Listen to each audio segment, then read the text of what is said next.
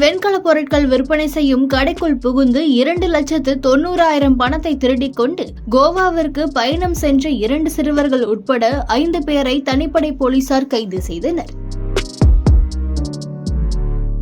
கும்பகோணம் கும்பேஸ்வரன் வடக்கு வீதியில் உள்ள வெண்கல பொருட்கள் விற்பனை செய்யும் கடையில் கடந்த மாதம் 28ஆம் தேதி கள்ளச்சாவி மூலம் பூட்டை திறந்து கடைக்குள் புகுந்த நபர்கள் கல்லாப்பேட்டையில் இருந்த 2,90,000 பணத்தை திருடி சென்றுள்ளனர். இது தொடர்பாக கடையின் உரிமையாளர் சண்முக சுந்தரம் கும்பகோணம் கிழக்கு காவல் நிலையத்தில் புகார் அளித்தார். அதன் அடிப்படையில் வழக்கு பதிவு செய்த போலீசார் விசாரணை நடத்தினர். அதில் கும்பகோணத்தை சேர்ந்த 20 வயதான ஹரிகிருஷ்ணன், 20 வயதான அகிலன், 19 வயதான பிரசன்னா மற்றும் 17 வயதான ஆகாஷ், 17 வயதான கௌதம் ஆகிய 5 பேர் இந்த திருட்டில் ஈடுபட்டிருப்பது தெரிய வந்தது. இதனை அடுத்து தஞ்சை மாவட்ட காவல் கண்காணிப்பாளர் உத்தரவின் பேரில் கும்பகோணம் உட்கோட்ட உதவி காவல் கண்காணிப்பாளர் மேற்பார்வையில் கும்பகோணம் கிழக்கு காவல் நிலைய ஆய்வாளர் சிவ செந்தில்குமார் மற்றும் உதவி ஆய்வாளர் சுபாஷ் ஆகியோர் தலைமையில் 2 தனிப்படைகள் அமைக்கப்பட்டு குற்றவாளிகளை தேடி வந்தனர்.